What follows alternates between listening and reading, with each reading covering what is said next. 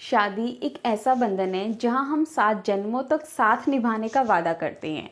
हम सभी जानते हैं शादी सिर्फ दो लोगों को ही नहीं, दो परिवार को एक रिश्ते में बांधती है। यहाँ हम बात कर रहे हैं हस्बैंड और वाइफ की।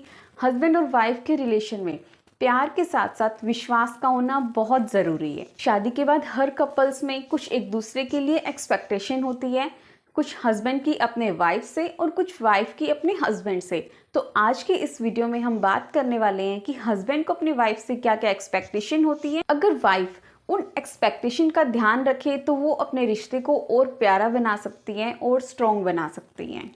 और फ्रेंड्स, वीडियो के मिड में मैं देने वाली हूँ आपको एक स्पेशल टिप जिससे आप अपने रिलेशन को और स्ट्रॉन्ग बना सकते हैं, अपनी हैप्पी मैरिड लाइफ को और ज़्यादा हैप्पी बना सकते हैं। हर हस्बैंड चाहता है कि उसकी वाइफ उसके ही नहीं, उसकी फैमिली की भी रिस्पेक्ट करे, उनकी भी इज्जत करे। आपके घर पे कोई गेस्ट आ रहे हैं या कोई फैमिली मेम्बर्स आए हैं या इन लॉज आए हैं, तो ऐसा नहीं कि आपको बोझ लगने लगे, आपको दिल से उनकी रिस्पेक्ट करनी है। ये नहीं कि आप सिर्फ कहने में रखें कि हाँ मैं उनकी रिस्पेक्ट करती हूँ, मैं अपनी मदर इन लॉ की रिस्पेक्ट करती हूँ। आपको दिल से उनकी रिस्पेक्ट करनी है। अपने हस्बैंड की अब्सेंट में आपको अपनी फैमिली का, अपने इन लॉज का बहुत अच्छे से केयर करनी है। हर हस्बैंड चाहता है कि जब भी उसके घर में कोई रिलेटिव्स आए तो उनकी वाइफ की तारीफ करें कि आपकी वाइफ कितनी अच्छी है, कितने अच्छे से सबकी रिस्पेक्ट करती हैं, केयर करती हैं। आपको दिल से उनकी रिस्पेक्ट करनी है, केयर करनी है। अब जो हमारा सेकंड पॉइंट आता है वो है ये कि हस्बैंड को ये चीज़ बहुत अच्छी लगती है कि जब उनकी वाइफ सिर्फ घर के कामों में बिजी ही नहीं रहती बल्कि अपनी लुक्स पर भी ध्यान देती है। तो आपको घर की रिस्पॉन्सिबिलिटीज पूरी करते हुए अपनी लुक्स पर भी ध्यान देना है। ये नहीं कि आप पूरा दिन सिर्फ नाइट ड्रेस में ही निकाल दें। आपको थोड़ा सा अपना लुक्स को चेंज करना है। लुक्स को चेंज करने का मतलब ये भी नहीं है कि मैं आपको ये कह रही हूँ कि आप हैवी ड्रेसेस पहन कर रहे हैं, साड़ी पहन कर रहे हैं। एक नॉर्मल ड्रेसअप होना तो बनता है। आपको अच्छे से कॉम्ब करके थोड़ा सा रेडी होकर रहना है। जैसे जब भी आपके हस्बैंड ऑफिस से घर आए या शॉप से घर आए तो उनके फेस पर आपको देखते एक प्यारी सी स्माइल आनी चाहिए, उनको अच्छा लगना चाहिए। आपको एक्टिव देखकर उनकी सारी थकान दूर हो जाती है। और लुक्स पर जब आप ध्यान देंगे तो फ्रेंड्स, इससे आपका कॉन्फिडेंस लेवल भी बिल्ड होता है, इंक्रीज होता है। कई बार क्या होता है कि हम नाइट ड्रेस में ही रहते हैं और अचानक से आपके घर कोई गेस्ट आ जाए तो आपको भागना भी ना पड़े फटाफट से ड्रेस चेंज करने के लिए। आप खुद कॉन्फिडेंटली उनसे बात कर पाएंगे, उनसे मिल पाएंगे। अब जो थर्ड एक्सपेक्टेशन है वो है ये, हर हस्बैंड चाहता है कि उसकी वाइफ उसकी ज़रूरतों को बिना कहे समझे। जैसे हम वाइफ्स चाहते हैं कि हमें कुछ बोलने की ज़रूरत ही नहीं होनी चाहिए, हस्बैंड को समझ लेना चाहिए कि हम कब क्या चाहते हैं। तो वैसे ही हस्बैंड भी हमसे ये एक्सपेक्ट करते हैं कि वाइफ उनकी ज़रूरतों को, उनकी नीड्स को बिना कहे ही समझे। आपके हस्बैंड ऑफिस से घर आए हैं, उनको कोई टेंशन चल रही है, तो आपको ये नहीं कि मुझे ये सामान लेके आना है, मुझे मार्केट जाना था, आप ये चीज़ लेकर नहीं आए। या सपोज आपने कोई लिस्ट मंगवाई थी और हस्बैंड वो लाना भूल गई, तो आपको उसके लिए अपने पार्टनर को गुस्सा नहीं करना है, उसको कमेंट नहीं करना है कि आप कोई काम टाइम पे करते ही नहीं हो या आप ये चीज़ कैसे भूल गए, मुझे ज़रूरी था। तो आपको उनकी नीड्स को समझना है। आप कोई ज़रूरी काम आ गया जिसकी वजह से वो चीज़ें नहीं लेके आ पाए, या जब भी आपके हस्बैंड को छोटे छोटे चीज़ों की ज़रूरत हो तो आप उनके लिए एकदम रेडी रहें। ये नहीं कि अपने आप से कर लो। आपके हस्बैंड वॉशरूम से बाहर आए हैं और आपको पता है कि उनको इस टाइप की ड्रेसेस पसंद है, तो उनकी ड्रेसेस पहले से निकाल कर रखें, हस्बैंड का फेवरेट ब्रेकफास्ट बना कर रखें। या कुछ ऑफिस के इंपॉर्टेंट डॉक्यूमेंट्स हैं जिनको आप संभाल कर रखें, तो हस्बैंड को ये चीज़ें बहुत अच्छी लगती है कि उनकी वाइफ उनका कितना अच्छे से ख्याल रखती है। या ऑफिस से आने के बाद या मॉर्निंग में या टी टाइम पे आपके हस्बैंड को क्या पसंद है वो चीज़ें आप उनकी फेवरेट करके रखें, तो उन्हें बहुत अच्छा लगेगा। हर हस्बैंड चाहता है कि उसकी वाइफ उनकी लाइफ में ज़्यादा इंटरफेयर ना करें या रोका टोकी ना करें। फ्रेंड्स, सबको एक पर्सनल स्पेस चाहिए होता है, तो आपको भी अपने पार्टनर को, अपने हस्बैंड को एक पर्सनल स्पेस देना है। ये नहीं कि आप उनसे एक एक मिनट के लिए हिसाब लेने लग जाएं कि आप इतने बजे वहां से आ गए थे।